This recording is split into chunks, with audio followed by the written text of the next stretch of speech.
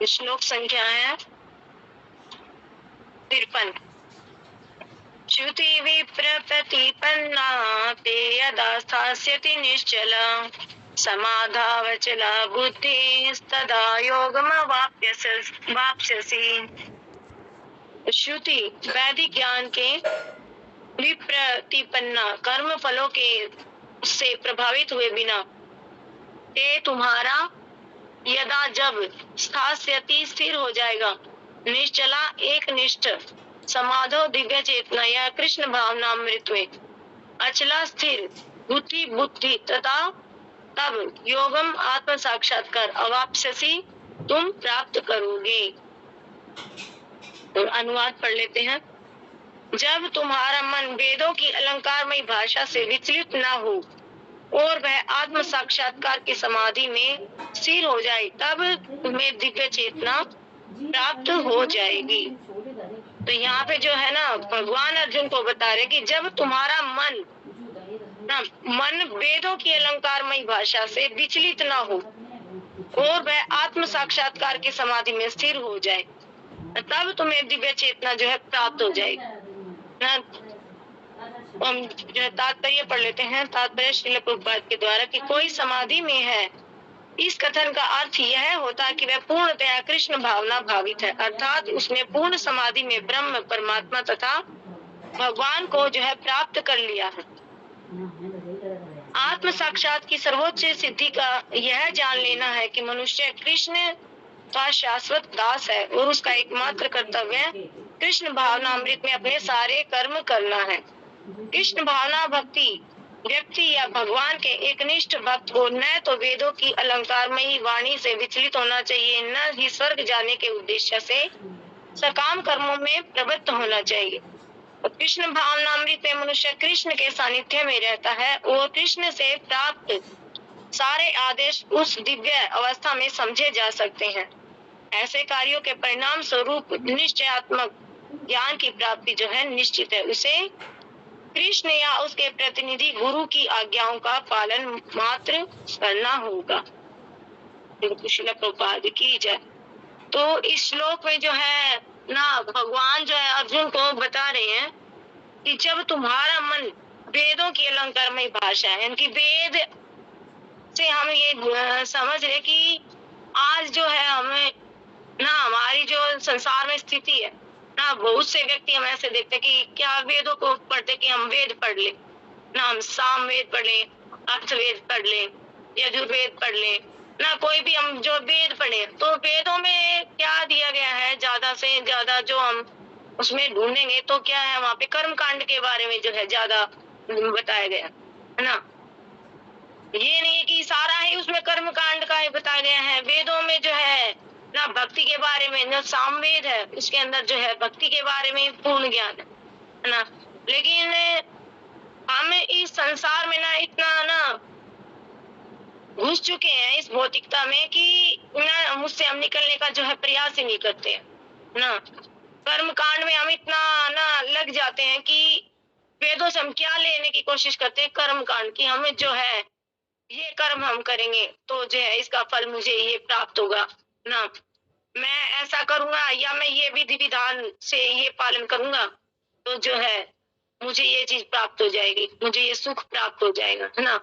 जैसे कि हम जाते हैं ना किसी पंडित के पास पूछने के लिए तो वो बता देता कि आपके ना ये ग्रह ना ये सारे जो है ये दोषपूर्ण ग्रह है, तो आपको इसके लिए ये कर्म करना होगा, आपको जो है वहां पे जाना होगा और ये चढ़ा के आना होगा, या कुछ भी वो बोलते हैं न करने के लिए, तो हम उसको करने के बाद जो है प्रयास करते हैं कि ठीक है हम ये करते हैं तो जो है इससे हमारे जीवन में जो है सुख की प्राप्ति होगी हमें है ना। या हम किसी से पूछने के लिए जाते हैं कि ना मेरे बेटे की शादी नहीं हो रही है तो मेरे को क्या करना चाहिए ना, या मेरा जो बेटा उसकी नौकरी नहीं लग रही है तो मेरे को क्या करना चाहिए ना, या कुछ भी हम उनसे पूछेंगे कि मेरे घर में जो है सुख नहीं है या शांति नहीं है तो उसके लिए मुझे क्या करना चाहिए। हम ना उन चीजों के पीछे ना पड़े ही रहते हैं कि हमें ये ना हम पूछ के आए हैं तो उन्होंने बोला है कि आप ना इतना कपड़ा ना इसके ऐसे करके रख देना तो आपको जो है ये चीज मिल जाएगी। या आप हम देखते हैं कि बताते हैं, जैसे पंडित जी आप 16 सोमवार करो तो जो है ना, लड़कियों को बोलते हैं जैसे 16 सोमवार करो तो आपको अच्छे पति की प्राप्ति होगी ना, या फिर आप ना शिवलिंग पे जल चढ़ाओ तो जो है आपको अच्छे से ना नौकरी की प्राप्ति होगी। तो कितना हमें वो भटकाते हैं। तो इसी तरह जो वेद है उनमें भी ऐसे इसी तरह के कर्म कांड जो है दिए गए हैं उसमें ना। तो जैसे हमने तो अभी वेद ऐसे पढ़े नहीं है, लेकिन हमने जैसे जितना सुना है तो उसमें हमें यही सुना है उसमें कि कर्म कांड उसमें ज्यादा है ना, बताया गया है वेदों में कि आप ऐसे करोगे तो आपको जो है आपको ये सब चीजें जो है मिल जाएंगी। लेकिन हम जो सबसे ऊंची चीज है उसको प्राप्त करना ही नहीं चाहते ना। वो सबसे ऊंची चीज हम स्वयं भगवान को ही जो है भूल जाते हैं इसमें, है ना। भगवान की भक्ति हमें कैसे करनी है उसको हम वहां पे जो वेदों में ढूंढ ही नहीं पाते हैं। क्योंकि वेद में हम क्या ढूंढने का प्रयास करते हैं कि हमारा सुख की जो सुख सुविधाएं की जो चीज है वो हमें मिल जाए बस, है ना। लेकिन उन्हीं वेदों से तो भगवान की भक्ति निकल के आई है ना। वेदों से ही जो है हमारी उपनिषद, है ना। और उपनिषद के बाद जैसे हम, है ना, भगवान ने ना हमें स्वयं ये बताया ना, गीता भगवत गीता कितना बोली है भगवान ने, इसमें हर एक चीज का जो है सोल्यूशन दिया है भगवान ना। हर एक चीज जो है हमारे लिए इसमें कार्यकारी है, लेकिन हम उसको समझने का जो है प्रयास नहीं करते। और हमारे लिए भगवत गीता एक, आज हम जितना अभी इस्कॉन से जुड़ने के बाद जितना समझ पाए तो भगवत गीता को हम थोड़ा थोड़ा समझ पाए हैं, लेकिन उस थोड़ा में भी हम जो है बहुत कुछ हम जो है सीख भी गए हैं इसमें क्या है। और जैसे जैसे हम उसको आगे पढ़ेंगे भी तो कितना हम उसमें सीख सकते हैं, कितना हमें हर एक चीज का, हर एक दुविधा का हमारी जो है इसमें सॉल्यूशन है। फिर क्यों हम इस कर्म कांड के पीछे पड़े रहते हैं ना, क्यों हम जो है अपने सकाम कर्म को जो है करने में जो अपना मन लगाते हैं। तो भगवान यहाँ पे बताया गया कि जब तुम इन चीजों से जो है दूर हो जाओ तो, और जब इन चीजों से तुम्हारा विचलित मन ना हो ना, जैसे बताया गया ना कि अर्जुन का मन कैसे विचलित था, है ना, मोह से कैसे ग्रस्त था। तो वो बार बार सोच रहा था कि मैं युद्ध करूंगा तो मुझे पाप लगेगा, है ना, या फिर ना मेरे पितरों को जो है शांति नहीं मिलेगी ना, या फिर हरे कितने कृष्णा मतलब सब स्त्रियां दोष पूर्ण हो हरे जाएंगी कृष्णा ना, कुल का नाश हो जाएगा, कृष्ण क्या कितने कृष्णा मतलब तर्क दिए ना अर्जुन ने कि हरे ये होगा वो होगा। तो भगवान यहाँ पे बता हरे रहे कि जब तुम चीजों से परे हो और इन वेदों की अलंकार मैया की इन सभी चीजों को छोड़ दोगे ना तुम, तो उसके बाद क्या तुम जो है जो मैं बता रहा हूँ ना, जैसे भगवान होते, भगवान आदेश दे रहे ना अर्जुन को कि युद्ध करो ना, तो उस टाइम पे जब तुम ये सोच लोगे ना कि भगवान बोल रहे तो मेरे को ये आदेश जो है मानना चाहिए ना, जब तुम जो है भगवान का जो है आदेश यानी कि मेरा जो मैं बोल रहा हूँ युद्ध करोगे तो तुम जो इन सब चीजों से जो है दूर हो जाओ, है ना। तो यही बनाया कि वो आत्म साक्षात्कार की समाधि में स्थिर हो जाए ना, आत्म साक्षात्कार ना, जब अर्जुन जान लेगा कि न क्या ना आत्म साक्षात्कार जब वो कर लेगा उसके बाद समाधि में स्थिर हो जाएगा। समाधि को हम क्या बोल सकते हैं, यही कि हमें पूर्ण ज्ञान हो जाए भगवान के बारे में, है ना। हम ये चीज सोचे ही ना कि क्या पीछे है ना, मेरे को इस मैं कार्य तो कर रहा हूँ लेकिन इसके पीछे मेरे को क्या सुख मिलने वाला है ना। अगर हम ये चीज छोड़ देंगे उसके बाद हम क्या है समाधि में आ जाए। समाधि जब पूर्ण रूप से ना शुद्ध सत्व में आके जो भगवान की भक्ति करेंगे तो जो समाधि में जो स्थिर हो जाए। तो भगवान बोल रहे हैं कि आत्म साक्षात्कार की समाधि में स्थिर हो जाए तब तुम्हें जो है दिव्य चेतना प्राप्त हो जाएगी ना।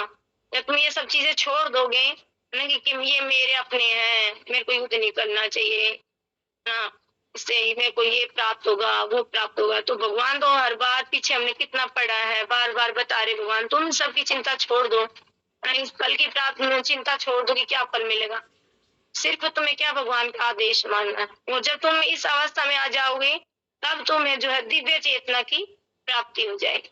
तब तुम ये समझ जाओगे कि हाँ भगवान का जो आदेश है वो सर्वोपरि है ना। तो यही हमारे लिए भी है कि हम सोचते हैं कि हाँ मेरे को ये मिल जाए, हम कर्म किस लिए करते हैं कि ना हमें स्वर्ग मिल जाए ना, जैसे ये लास्ट में बताया भी है इसमें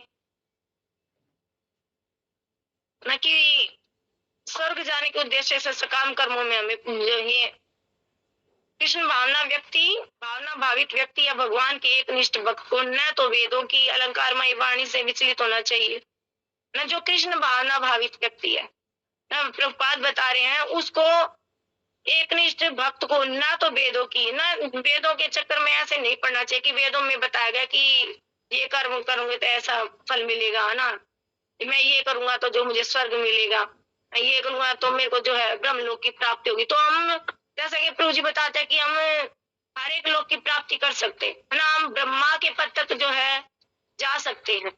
लेकिन भगवान कहीं ना कहीं बता ही रहे ना कि ब्रह्मा के पद तक भी जाके तुम जो नीचे आओगे ना, उसमें भी क्या लाभ है। ब्रह्मा के पद को अगर आप लोग प्राप्त भी कर लोगे ना, लास्ट तो ब्रह्मा का पद है ना, ब्रह्मा के पद तक अगर आप प्राप्त कर रहे हो उसके बाद भी तुम्हें जो है उस अवधि के बाद जो है फिर से लौटना पड़ेगा, तो उसका क्या लाभ, उसका भी कोई लाभ नहीं है। जैसे भगवान बता रहे कि आप ब्रह्म भुवन लोक, है ना, कि जो ब्रह्मा की से कितने भी लोग हैं सब जगह से तुम्हें जो वापिस आना पड़ेगा ना, कितना भी आप जो है ये कालक्रम ऐसा है कि ये सब जो पूरा होने के बाद तुम्हें वापस लौटना पड़ेगा। तो इसमें है कि हम ये सोचते हैं कि हम ना पैसा कमा ले, खूब सारा पैसा कमाएंगे ना, खूब सारा हमने धन कमा लिया और अब मेरे पास बहुत सारा धन हो गया तो अब मैं इससे ऐश करूँ, है ना, इससे मैं खुद सुख प्राप्त करने की कोशिश करूँ ना, तो मैं पैसे इकट्ठे करने के लिए मैं कहीं पे स्टेशन पे हम जाएंगे अभी, है ना, मेरे पास अभी इतना धन इकट्ठा होगा कि मैं अच्छे से ना 10 दिन 20 दिन जो है मैं ना कि मैंने टिकट करा लिया है और मैं अब वहां पे जाके खूब जो है सुख की प्राप्ति करूँ ना। लेकिन वो ना हमने 10 दिन का अगर टिकट कराया, 10 दिन का अगर हमने किराया भरा और जितना पैसा मैंने इकट्ठा किया ना वो सब मैंने वहां पे खर्च किया और उसके बाद क्या, इसके बाद क्या सुख है, वापिस लौटना होगा, है ना, जितना हमारा किराया था, जितना हमें हमारे पास पैसा था वो हमने खर्च किया, है ना, उस पैसे का कमाने का भी क्या लाभ ना, उस पैसे की जो कमाई हमने की उसका लाभ भी कुछ है नहीं ना, वो कमाया हमने और वो वेस्ट किया, थोड़ी देर का थोड़े टाइम का वो सुख था, उसके बाद हमें अपने दोबारा से टिकट बुक कराया और वापिस अपने घर लौटना है ना, तो उस ना पैसा कमाने का भी कोई लाभ नहीं है। तो भगवान हमें जो बता रहे हैं बार बार जो भगवान बता रहे हैं कि ना कमाई करो तो ऐसी करो जो हमें ना दोबारा हमें यहाँ पे लौटना ही ना पड़े, है ना, तो हमें वो कौन सी कमाई करनी है कि भगवान का नाम और भगवान को हमें जो है पूर्ण समर्पण करना। और ये हमें कौन कर सकता है, भगवान या हमारे भगवान के प्रतिनिधि के द्वारा जो है हमें क्या करना है, भगवान जो बताते हैं इस श्लोक में थोड़ा यही समझाया गया है कि जो हमें भगवान बताते हैं या जो भगवान के प्रतिनिधि हमें बताते हैं उनके द्वारा बताए गए जो है कार्य हमें जो अगर हम करते हैं तो जो है हम पूर्ण समाधि में होते हैं, है ना, उसे बताया ना कि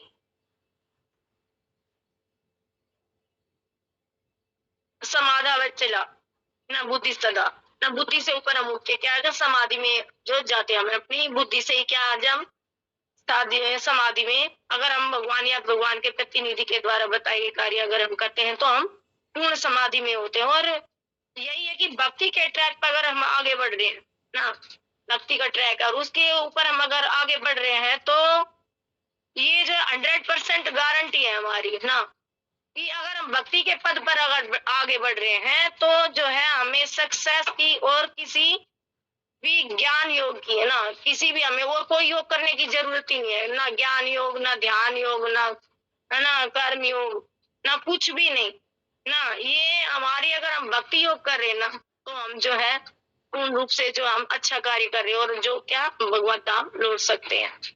और बाकी तो अगर हम ये और किसी भी चीज में लगे हैं ज्ञान ध्यान, है ना, जितने भी योग हम कर रहे हैं ना उसमें सक्सेस की कोई गारंटी नहीं, और अगर सक्सेस उसमें अगर हमें मिल भी गया ना, हम कोई भी ध्यान योग लगा रहे हैं उसमें हमें थोड़ा सक्सेस मिलेगा लेकिन इतना भी नहीं मिलेगा कि हम जो है हमारा जो ना लक्ष्य है हम वहां तक पहुंच जाए ना, वो जितना भी हमें सक्सेस मिलेगा वो भी कुछ समय के बाद जो क्षीण हो जाए ना। तो इसीलिए जो है ना हमें क्या करना चाहिए, जो भगवान कह रहे हैं ना जो भगवत गीता में ना भगवान के प्रतिनिधि कह रहे हैं ना, भगवत गीता में भगवान स्वयं कितना कुछ बोल रहे हैं भगवद गीता में और प्रभुपाद अपने तात्पर्य में कितना अच्छे से बता रहे हैं ना। तो यही है कि वो कार्य जो हमें ना, अगर हम भी कार्य हम करेंगे तो हम जो है परम गति को प्राप्त करें, है ना।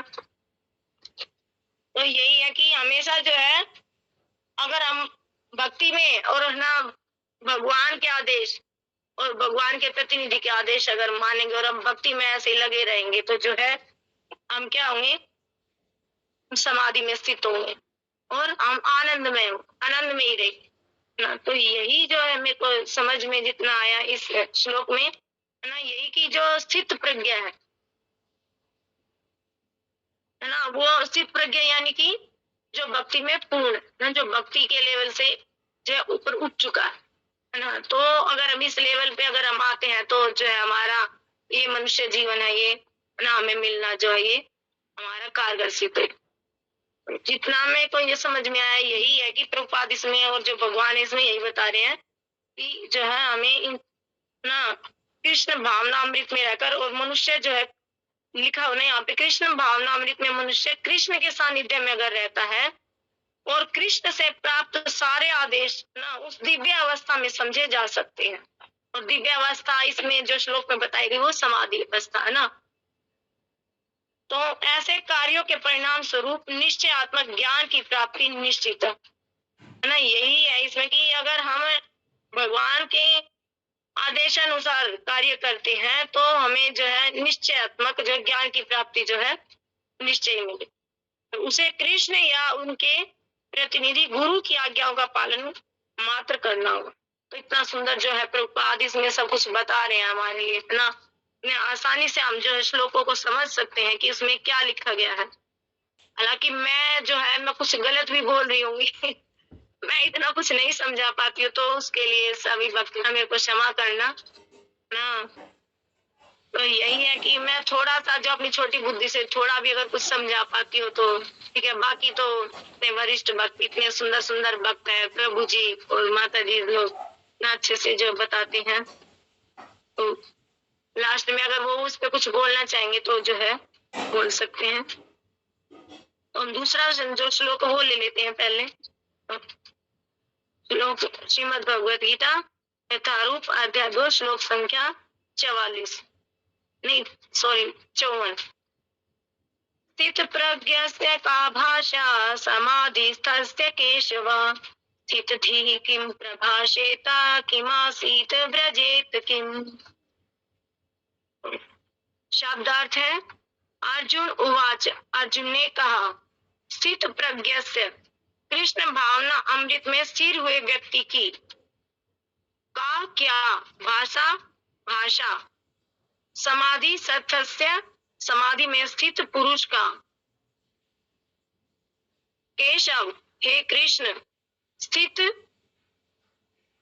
धी कृष्ण भावनामृत में स्थित व्यक्ति, किम क्या प्रभाषेत बोलता है, किम कैसे आसीत रहता है, ब्रजेत चलता है, किम कैसे। अनुवाद पढ़ लेते हम।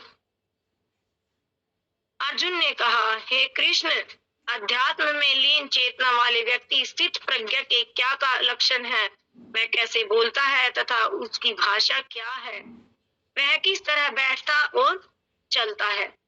तो अर्जुन जो है यहाँ पे इस श्लोक में भगवान से बोल रहे हैं हे कृष्ण यहाँ पे भगवान को एक कृष्ण कह के संबोधित कर रहे हैं और जो है प्रश्न कर रहे हैं अर्जुन।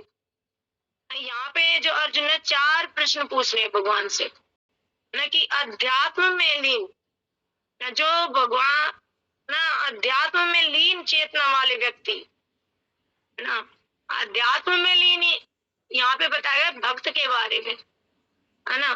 तो वो व्यक्ति जो स्थित प्रज्ञा जो है पूर्ण रूप से जो है भक्ति में स्थित है, उनके क्या लक्षण है। तो अर्जुन जो है इस श्लोक में भगवान से उस स्थित प्रज्ञा व्यक्ति के 4 लक्षण पूछ रहे उस भक्त के 4 लक्षण पूछ रहे कि वह भक्त जो है कैसे बोलता है तथा उसकी भाषा क्या है और वह किस तरह बैठता और चलता है तो हम तात्पर्य पढ़ लेते हैं। तात्पर्य जगद्गुरु श्रील प्रभुपाद के द्वारा, जिस प्रकार प्रत्येक व्यक्ति के उसकी विशिष्ट स्थिति के अनुसार कुछ लक्षण होते हैं, उसी प्रकार कृष्ण भावना भावित पुरुष का भी विशिष्ट स्वभाव होता है ना, यथा उसका बोलना, चलना, सोचना आदि। जिस प्रकार यहाँ पे बताया गया कि जिस प्रकार है ना व्यक्ति के उसकी विशिष्ट स्थिति के अनुसार कुछ लक्षण होते हैं, है ना। जैसे हम यहाँ पे बताना प्रत्येक व्यक्ति के, न किसी के भी बारे में, अगर कोई व्यक्ति ऐसा आ रहा है ना, फटे पुराने कपड़े पहने हुए है ना, और सारा धूल में है, गंदा है, नहाया नहीं है ना, उसके पास कुछ है नहीं, तो हम उसकी स्थिति को समझ सकते कि वो किस स्थिति में है। या फिर कोई व्यक्ति ऐसा है कि आ रहा है BMW कार में आ रहा है, अच्छे से उसने कपड़े पहने हुए हैं, अच्छा उसके पास सब कुछ है, तो हम उसकी स्थिति को जान सकते हैं ना। तो यहीं पे अर्जुन भी जो है भगवान से यही पूछ रहा कि हम किसी व्यक्ति को देख के उसके लक्षण का पता कर सकते हैं ना, किसी के लक्षण देख के उस व्यक्ति का पता कर सकते हैं कि जो व्यक्ति कैसा है। तो उसी तरह जो है अर्जुन जो है भक्त के बारे में यहाँ पे पूछ रहा है कि उसी प्रकार जो है कृष्ण भावना भावित पुरुष का भी विशिष्ट स्वभाव होता है, यथा उसका बोलना, है ना। जो कृष्ण भावना भावित व्यक्ति है ना, उसका भी कोई स्वभाव होता है, विशिष्ट स्वभाव होता है, कोई विशेष स्वभाव होता है कि वह कैसे बोलता है ना, और कैसे वह चलता है, और कैसे वो सोचता है ना, इत्यादि। जिस प्रकार धनी पुरुष के कुछ लक्षण होते हैं ना, जिनसे वह धनवान जाना जाता है ना। जैसे मैंने बताया अभी ना कि अगर कोई अच्छा व्यक्ति है ना, अच्छा से गाड़ी में आ रहा है, जा रहा, अच्छा उसके पास बंगला है, तो हम उसको धनवान मानते। इसके पास कुछ नहीं है और वैसे फटे पुराने कपड़े पहना है और ऐसे भीख भी मांग रहे होते हैं रोड पे, हम देखते हैं, तो हम उनको समझते कि गरीब है ना। तो ऐसे ही हम लक्षणों को देख के पता कर सकते हैं कि उस ना सामने वाले व्यक्ति है उसमें जो कैसे किस तरह का ना। या कि विद्वान अपने गुणों से विद्वान जाना जाता है। विद्वान यानी कि हम देखते हैं कि कोई भी है ना पंडित, अगर कोई ज्ञान जिसके पास ज्ञान है तो हम उसको जो है बोलते विद्वान। उसी तरह कृष्ण की दिव्य चेतना से युक्त व्यक्ति अपने विशिष्ट लक्षणों से जाना जाता है, और इन लक्षणों को भगवत गीता से जाना जा सकता है। किंतु सबसे महत्वपूर्ण बात यह है कि कृष्ण भावना भावित व्यक्ति किस तरह बोलता है, क्योंकि वाणी ही किसी मनुष्य का सबसे महत्वपूर्ण गुण है ना। यहाँ पे बताया गया कि दिव्य चेतना से युक्त व्यक्ति ना, जिसके अंदर दिव्य चेतना है, जो भगवान की अच्छे से भक्ति कर रहे हैं, भगवान को जान रहे हैं ना, भगवान के प्रति समर्पित है ना, उन व्यक्तियों के जो विशिष्ट लक्षण, उनको भी हम जो विशिष्ट लक्षणों से जान सकते हैं।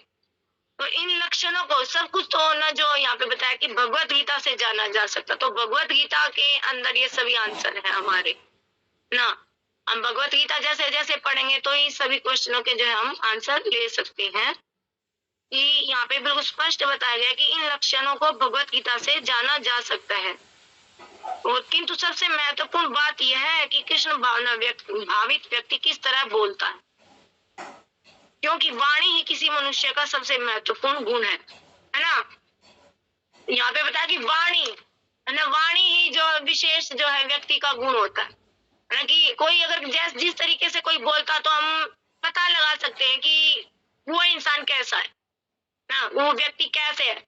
अगर कोई हमसे गुस्से में बोल रहा है ना, अगर हमारी कोई गलती नहीं है उसके बावजूद भी हमें वो डांट रहा है ना, तो हम पता लगा सकते हैं कि उस जो व्यक्ति वो कितना क्रोधी है और वो इतना समझ नहीं पाता है ना। या फिर हम ऐसे देख सकते हैं कि कोई हम वो गलती की है लेकिन फिर भी सामने वाला जो व्यक्ति हमें बोलता है कोई बात नहीं, ऐसा होता है, किसी से भी हो सकता है ना।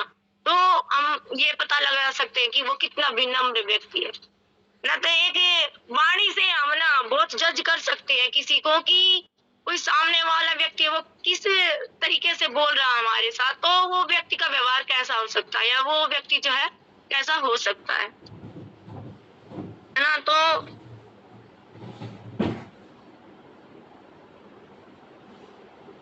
इसमें यही बताया गया कि इसमें पूछा गया है ना कि वो व्यक्ति कैसे बोलता है, किस तरह बोलता है, क्योंकि वाणी किसी मनुष्य का सबसे महत्वपूर्ण गुण है ना? तो यही जो है ना, कहा जाता है कि मूर्ख का पता तब तक नहीं चलता जब तक वह बोलता नहीं, है ना? कोई व्यक्ति अगर चुप है तो है ना, हम कैसे पता लगाएंगे ना कि वो व्यक्ति मूर्ख है या जो है बुद्धिमान, है ना? कोई तो यहाँ पे बिल्कुल एकदम कितना अच्छे से जो है प्रभुपाद ने बताया, कितने सुंदर तरीके से, कि हम किसी भी व्यक्ति का अगर हम पता लगाएं तो क्या वाणी से हम पता लगा सकते हैं कि सामने वाला व्यक्ति जो है कैसा है। एक बने ठने मूर्ख को तब तक नहीं पहचाना जा सकता जब तक वह बोले नहीं, किंतु बोलते ही उसका यथार्थ रूप जो है प्रकट हो जाता है ना? ये बताया कि एक जो ना कोई भी व्यक्ति अगर खूब बन ठन के रहे ना, सूट बूट पहन के रखे ना, ये नहीं है कि कोई भी व्यक्ति है मूर्ख है, उसको किसी चीज का ज्ञान नहीं है ना? जैसे हमने भगवत गीता में भी कई बार पढ़ा कि है ना, मूर्ख व्यक्ति को हम जो है भगवत गीता का ज्ञान कैसे दें, है ना? वो समझ ही नहीं पाएगा। लेकिन भगवान का ज्ञान कैसे दें? और जो मूर्ख होगा वो तो समझ ही नहीं पाएगा और वो समझने का प्रयास भी नहीं करेगा, है ना? तो मूर्ख अगर वो है, अगर उसको सूट बूट पहना दो, अच्छे से घर में रख दो, अच्छा ऐसे एयर कंडीशनर वाले रूम में बिठाओ, तो क्या हम ये समझ ले कि वो जो है अच्छा ज्ञानी ना? नहीं समझ सकते। तो उसी प्रकार यहाँ पे प्रभुपाद बता रहे हैं कि ना, मूर्ख को जो है हम तब तक नहीं पहचान सकते जब तक कि वह बोले ना, और जब वो बोलता है वो ही ना कि इंसान का जैसा स्वभाव होगा वो बोलेगा तो जो है सब कुछ पता चल ही लग ही जाएगा कि वो कैसा है ना? तो उसका बोलते ही उसका यथार्थ रूप जो है प्रकट हो जाता है ना? और कृष्ण भावना भावित व्यक्ति का सर्व प्रमुख लक्षण ये है कि वह केवल कृष्ण तथा उन्हीं के संबंध विषयों के बारे में बोलता है ना? जो कृष्ण भावना भावित व्यक्ति है ना, उसके बारे में हम कैसे ना जान सकते हैं ना?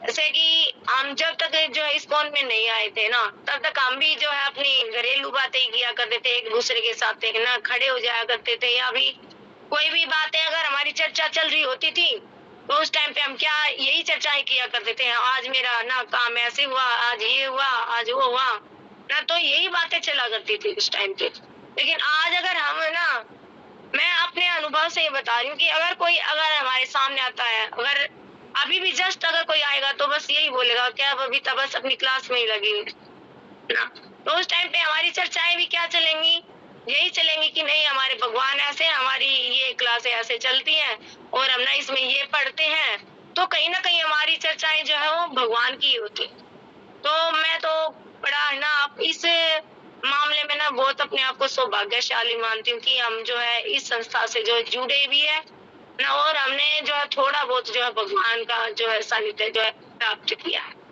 है। ज्यादा तो हम अभी इतने है नहीं है शुद्ध के, हम ना बहुत ज्यादा ही इसमें आगे चले गए हैं, लेकिन थोड़ा एक ना थोड़ा रत्ती मात्र भी अगर हम इसमें आ पाए ना, तो वो भी जो है हमारे शिक्षा गुरु ना, और हमारे गुरुदेव महाराज और जगत गुरु शिला प्रभुपाद जिन्होंने जो इतना बड़ा जो ये है ना एम्पायर खड़ा किया ना, उनके द्वारा ही जो हम आज ये थोड़ा सा कर पा रहे हैं, तो मैं बार बार उनकी जो है चरणों में ये अपना जो है शीश झुकाती हूँ कि आज हम जो है इस है ना, ये आज बैठ के हम जो भगवत गीता पढ़ रहे हैं तो ये सब उन्हीं का है ना, हमारा इसमें कुछ भी है ही ना। तो यही है कि फिर तो अन्य लक्षण स्वतः प्रकट हो ही जाते हैं जिनका उल्लेख आगे किया गया है ना। इसमें बताया गया है कि जिनका उल्लेख आगे किया गया है, तो इसमें जैसे इस श्लोक में अर्जुन जो है 4 प्रश्न भगवान से पूछ रहे हैं कि जो कृष्ण भावना भावित जो व्यक्ति है ना, उसके 4 लक्षण कौन से हैं, क्या कैसे है, कैसे वो जो है बोलता है। और इसका आंसर जो है हमारे अगले ही श्लोक में ना 56वें और 57वें श्लोक में है ना। इस आंसर को हम जो है पढ़ भी सकते हैं और आगे हम पढ़ेंगे भी और उसको समझेंगे भी, है ना। और दूसरा जो क्वेश्चन जो है अर्जुन ने किया कि वे कैसे बैठता है ना। अब हम ये नहीं सोचेंगे कि वो कैसे बैठता, हम ये सोचेंगे, अर्जुन ये पूछा कि कैसे बैठता है वो, ना पद्मासन में बैठता है या मयूरासन में बैठता है, किस या हवाई जहाज में बैठता है या बस में बैठता है या साइकिल पे बैठता है या जमीन पे बैठता है। ये ना प्रश्न अर्जुन जो नहीं कर रहे हैं, वो सिर्फ ये भगवान से पूछने का प्रयास कर रहे हैं कि जो कृष्ण भावना भावित जो भक्त है वो किस तरह बैठता है। यानी कि ना बैठने का मतलब यहाँ पे हम समझ सकते हैं कि जो व्यक्ति है ना, उसको जो भक्त बन गया है ना, वो स्थित प्रज्ञ है ना, वो जो है यहाँ पे बैठने का, अगर हम अर्जुन किस तरीके से पूछ रहे हैं, यही कि वो अपनी जो इंद्रिय है ना उसको कैसे वश में करता है ना, और अपने मन को कैसे वश में करता है। और जो ना प्रश्न, जो मेन प्रश्न यहाँ पे पूछा गया यही है कि वो व्यक्ति कैसे अपने ना इंद्रियों को और मन को जो है कैसे वश में करता है। और हम जो लोग हैं, हम क्या है, हम इंद्रियों के और मन के दास हैं ना। हम अपनी इंद्रियों को भी कंट्रोल नहीं कर पा रहे हैं अभी ना, और मन को भी। और अगर यही है कि अगर हमारा मन वश में हो जाएगा ना, तो हमारी इंद्रिया तो स्वतः ही वश में हो जाएगी। तो यहाँ पे जो क्वेश्चन पूछ रहे हैं भगवान, यही पूछे कि है ना, कि क्या वो ना व्यक्ति जो है ना कृष्ण भावित जो व्यक्ति है, वो कैसे अपनी इंद्रियों को और मन को कंट्रोल में कर रहा। तो इसका आंसर भी हम जो है अगले श्लोक में जो है 58 और से और जो 63 श्लोक में इसका आंसर जो भगवान ने इसमें दिया है, तो हम आगे इसको भी पढ़ेंगे, है ना, कि कैसे हम जो है ना स्थित प्रज्ञ जो ना भक्त है, वो कैसे जो है अपनी इंद्रियों को और मन को कंट्रोल कर सकता है। और फिर उसके बाद जो तीसरा जो प्रश्न किया है ना अर्जुन ने, कि वो व्यक्ति जो है कैसे चलता है ना। अब यहाँ पे जो समझाया है यही है कि अगर हमने इंद्रियों और मन को वश में तो कर लिया है, लेकिन अब हमें जो जो अर्जुन पूछ रहा है यही कि वश में अगर वो कर ले रहा है, उसके बावजूद फिर वो अपनी इंद्रियों को कहाँ लगा रहा है ना। तो यही हमारे लिए इसमें यह संदेश है कि हम अपनी इंद्रियों को जो है कहाँ लगा पा रहे हैं ना।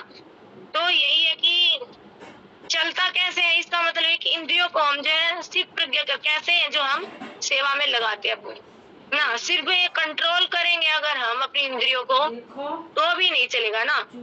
और खाली हमने कंट्रोल कर लिया इंद्रियों को कि हम ये नहीं खाएंगे, है ना, हमने अपनी जीभ को कंट्रोल कर लिया, लेकिन कुछ तो खाएंगे, है ना। तो हमें क्या खाना उस समय, है ना, हमने भगवान को जो है समर्पित किया और जो है ना भगवान का भोग लगाओ, जो प्रसाद हमें वो ग्रहण करना। तो इसी तरह से यही इसमें जो है प्रश्न पूछ रहे हैं अर्जुन कि हमें अपनी इंद्रियों को जो है कहाँ लगाना है ना। तो हमें जो अपनी इंद्रियों को कौन सी जगह ना सही जगह लगाना। तो ये जो इसका भी आंसर जो है 64 से और 72 श्लोक में हम जो है ना हमें पता चलेगा। और इससे ये बहुत ही ना महत्वपूर्ण है कि हमें इससे पता चलेगा कि कौन तो साधु है और कौन भक्त है ना। और ये सब गुण है ना दिखने चाहिए हमें, है ना, कि किस भक्त में क्या गुण है ना। तो भगवान कहीं ना कहीं ये भक्त के लक्षण पूछ ना, ये अर्जुन सॉरी ना भगवान से जो भक्त के लक्षण पूछ रहे हैं ना। तो यही है कि हम आगे आगे जैसे हम पढ़ेंगे ना इसमें, तो हमें पता चलेगा कि इन गुणों से जो है हमें इन जो ये गुण जो भगवान ने बताए हैं ना, जो अर्जुन ने पूछे जो गुण, वो सब के कि कैसे ना भक्त को बैठना चाहिए, कैसे उसको चलना चाहिए, है ना, कैसे उसको जो है ना अपने मन के साथ आदान प्रदान करना चाहिए, है ना। सब कुछ भगवान इसमें जो हमें इस दूसरे अध्याय के लास्टवें श्लोक तक सभी इन प्रश्नों का उत्तर है। जैसे जैसे हम पढ़ेंगे तो हमें इस सब का आंसर हमें जो है पता चलेगा, है ना। तो यही है, हमें जो है फिर अगर हम पढ़ेंगे तो हम इन गुणों को जो है हमें यही चाहे कि हमें अपने अंदर इन गुणों को लाने का प्रयास करना चाहिए, है ना। और इससे जो है हमें भी अपने आप को चेक करने को मिलेगा हम पढ़ेंगे तो, कि क्या हम भक्ति में आगे बढ़ रहे हैं या नहीं बढ़ रहे, है ना। और जो है हम ये सब जो गुण है जो भगवान बता रहे हैं, क्या उनमें से हमारे अंदर कुछ गुण है आए हैं या नहीं आए हैं। अगर नहीं है तो हमें जो है गुण अपने अंदर विकसित करने का हम जो है प्रयास करेंगे। तो यही है जो मेरे को इतना इस श्लोक में समझ में आया। तो अगर मैं कुछ गलत बोल पाई हूँ तो आप सभी लोग जो है मेरे को क्षमा करना, और अगर कुछ इसमें ऐड करने योग्य है तो आप सब जो है इसमें बताना। हरे कृष्ण माता जी। माता जी आपका बहुत बहुत धन्यवाद। थैंक यू सो मच माता जी, इतने सुंदर श्लोक का एक्सप्लेन किए। छोटे छोटे श्लोक थे, तात्पर्य थी, लेकिन इतने सुंदर से उसको इतनी बड़ी बना दी, इतने उसमें मतलब जोड़ जोड़ के इतने शब्द इतने सुंदर से समझाए कि इसमें जोड़ने लायक कुछ है ही नहीं, इतने सुंदर तरीके से। तो मतलब 53 श्लोका में भगवान अर्जुन को यही बताते हैं कि जब हम भगवान का मतलब अर्जुन के द्वारा हम लोग को बता रहे हैं कि जब हम भगवान का और भगवान के प्रतिनिधि का मतलब बात सुनने लगे, उनके आदेशों पर चलने लगेंगे, जब भी हम भक्ति में मतलब निष्ठापूर्वक भक्ति में रह पाएंगे और भक्ति से ऊपर मतलब तीनों गुण से ऊपर उठेंगे। जब सतो गुण से ऊपर, तो हम क्या होगा, भक्ति में मतलब निष्ठापूर्वक से रहेंगे और आत्म साक्षात्कार की समाधि में हम स्थिर रहेंगे। तो 53 श्लोक में यही बता रहे हैं कि हमें मतलब भौतिक संसार में रहकर भी हमें क्या शास्त्रों का और भगवान के प्रतिनिधि का आदेशों पर चलना है।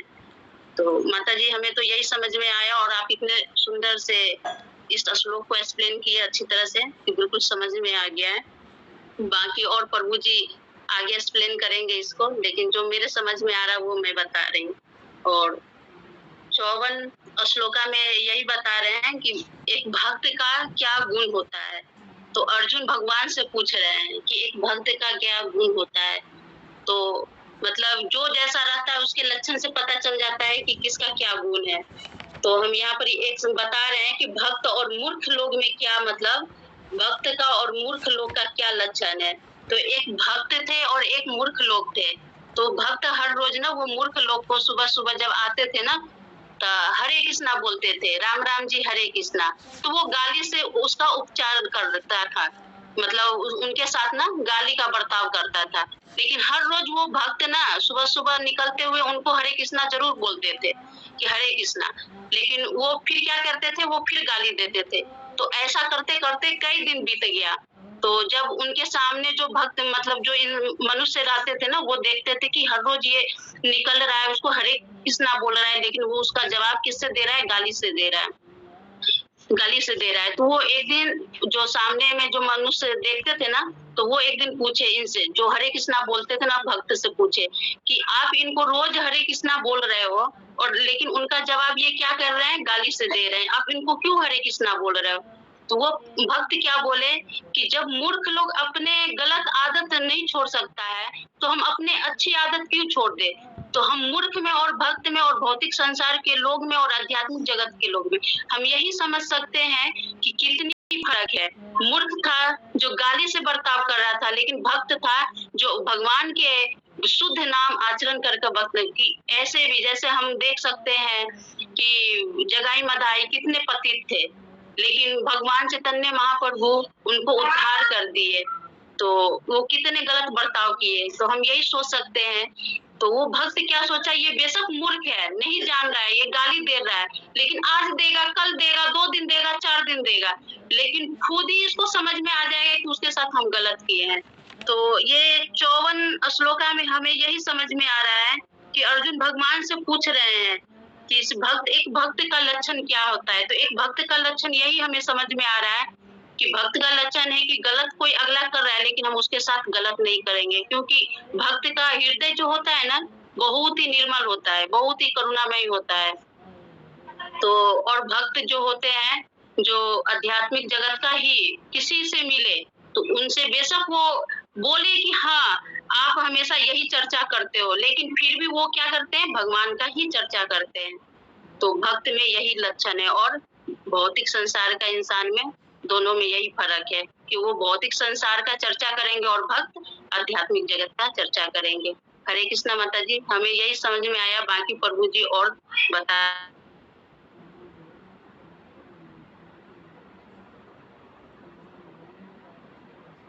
हरे कृष्णा माता जी, बहुत सुंदर क्लास किए है ना। बबीता माता जी का क्लास तो हमेशा ही बहुत सुंदर होता है।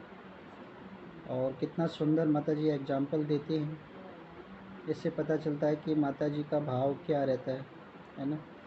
कि माता जी अभी जैसे इसमें ही बोला गया कि एक भक्त क्या बोलता है ना, वाणी का उसका क्या विचार होता है। तो हमें सीखना चाहिए कि माता जी का कितना सुंदर विचार रहते हैं।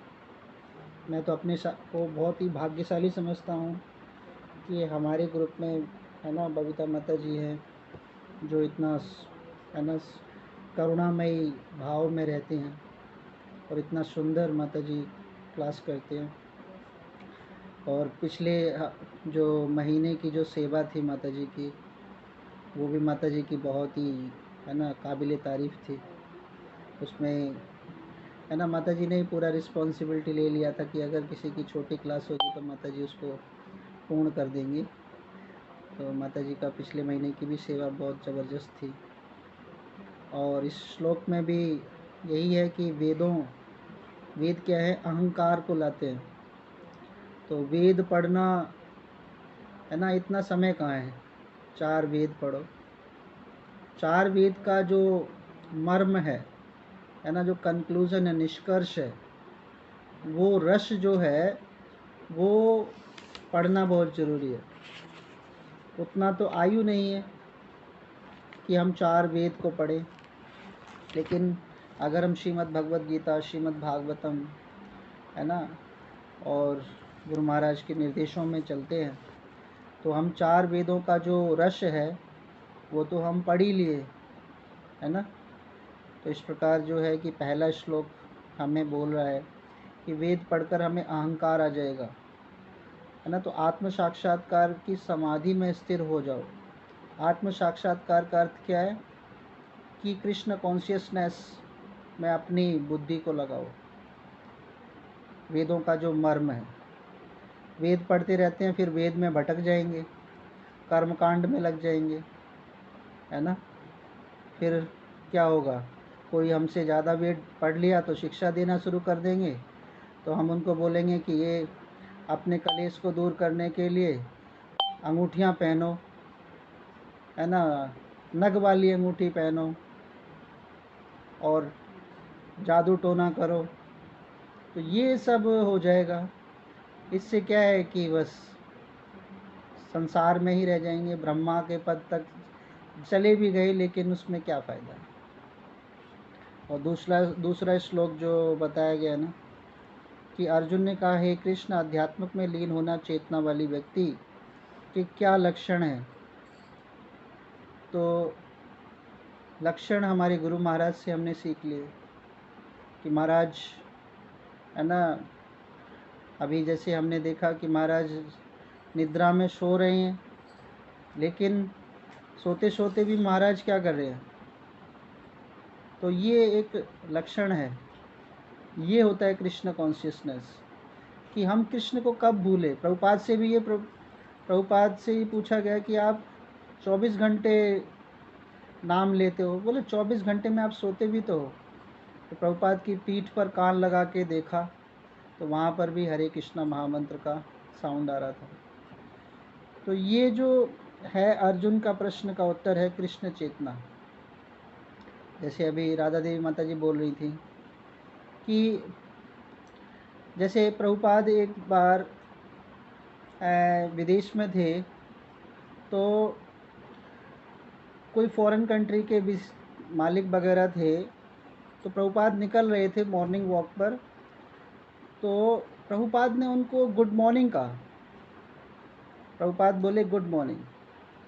तो प्रभुपाद के भक्त बोले, प्रभुपाद आप गुड मॉर्निंग कह रहे हो, आप हरे कृष्णा नहीं कहा आपने इन सब से। तो प्रभुपाद कुछ नहीं बोले। अगले दिन ही प्रभुपाद ने देखा कि वो भक्त जब निकलकर मॉर्निंग में आए तो वो भक्त प्रभुपाद 2 बार गुड मॉर्निंग बोला, लेकिन तीसरे दिन वो भक्त सारे प्रभुपाद को हरे कृष्णा बोल रहे थे। तो ये क्या है कि आचरण बदलना प्रभुपाद से सीखिए कि किसका कैसे आचरण बदलना है ना। तो हम कितना सुर में सुर मिलाते हैं किसी के साथ, तो ये प्रभुपाद ने हमें सिखाया है तो किसी को कृष्ण भावना भावित बनाना है तो हम निराश हो जाते हैं, हताश हो जाते हैं। तो प्रभुपाद सिखाते हैं कि कैसे हमें होना चाहिए। तो बहुत सुंदर माता जी का क्लास था। और आज हमारी सेंटर में सेवा भी है ना, तो सभी भक्त सेवा के लिए भी आएंगे। तो मेरा निवेदन है कि समय पर आएं।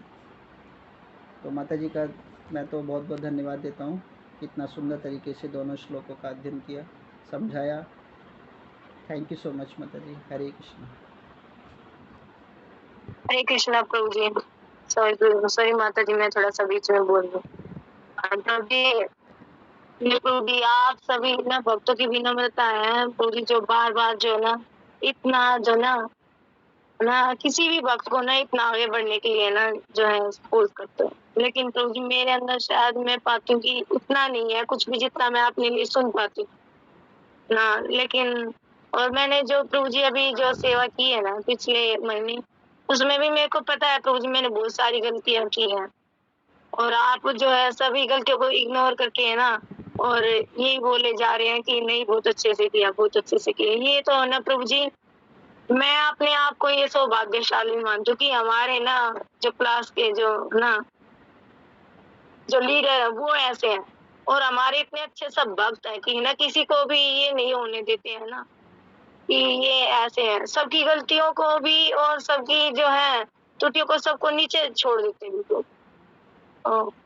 बहुत धन्यवाद मैं आप सभी भक्तों का करती हूँ कि और मैं अपने लिए क्षमा भी मांगती हूँ कि मैंने जो है अपनी मॉनिटरिंग में भी थोड़ा सा जो है त्रुटियां की, उनको भी जो है क्षमा करना।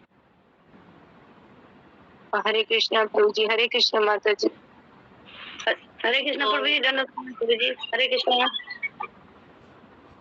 हरे कृष्ण। हाँ हरे कृष्णा प्रभु जी। हाँ जी माता जी बोलिए। मैं यूँ कह रही हूँ आज जैसे हमारे सेंटर में सेवा है, मैं तो बस यहाँ पर फंसी पड़ी हूँ प्रभु जी। मैं तो कुछ कर भी नहीं सकती, ना सेवा कर सकती, ना कुछ कर सकती हूँ। पर उसमें कुछ भी वो देना वैसे कुछ होगा तो मेरी तरफ से देना। मैं आके सब कुछ कर मैं आ जाऊंगी, संडे तक पहुँचूंगी प्रभु जी। मैं अभी बहुत फंसी पड़ी हूँ। 2 दिन तो BP लो हो गया था, तबियत ठीक भी नहीं थी। अब तो से थोड़ी ठीक हो रही है। अब परसों बैठूंगी, मैं संडे को पहुंचूंगी। तो वहाँ कुछ सेवा में कुछ देना धोना होगा तो आप दे देना, मैं आके दे दूंगी प्रभु जी। मेरी तरफ से गुरु महाराज के लिए अच्छी तरह वो कर देना प्रभु जी। माता जी आप चिंता मत करिए, कोई बात नहीं। आप अपना स्वास्थ्य का भी ध्यान रखिए, क्योंकि गुरु महाराज का कहना यही है कि भक्त अपने शरीर, ये शरीर जो है इसको भी स्वस्थ रखना है। क्योंकि अगर शरीर स्वस्थ होगा तो भी तो हम आगे सेवा कर पाएंगे। अभी शरीर है, गुरु कहते हैं ना कि ये शरीर किसका है, हमारा तो है ही नहीं। तो गुरु महाराज का ये शरीर हो चुका है, तो आप इसको स्वस्थ करिए और आराम से आइए, कोई दिक्कत नहीं है माता जी। ठीक है, घबराइए मत माता जी। ठीक है प्रभु जी, कोई ऐसी सेवा हो तो अपनी तरफ से तुम कर देना, फिर मैं आके संडे को आ जाऊंगी प्रभु जी। ठीक है जी माता जी, ऐसी कोई वैसे भी सेवा नहीं है, प्रसाद स्पॉन्सर है और सभी को अपना शारीरिक सेवा जो करना है वो कर सकते हैं। ठीक है, ठीक है प्रभु जी, बहुत बहुत धन्यवाद प्रभु जी। प्रणाम। ठीक है। भावना माता जी आप कुछ बोलेंगे?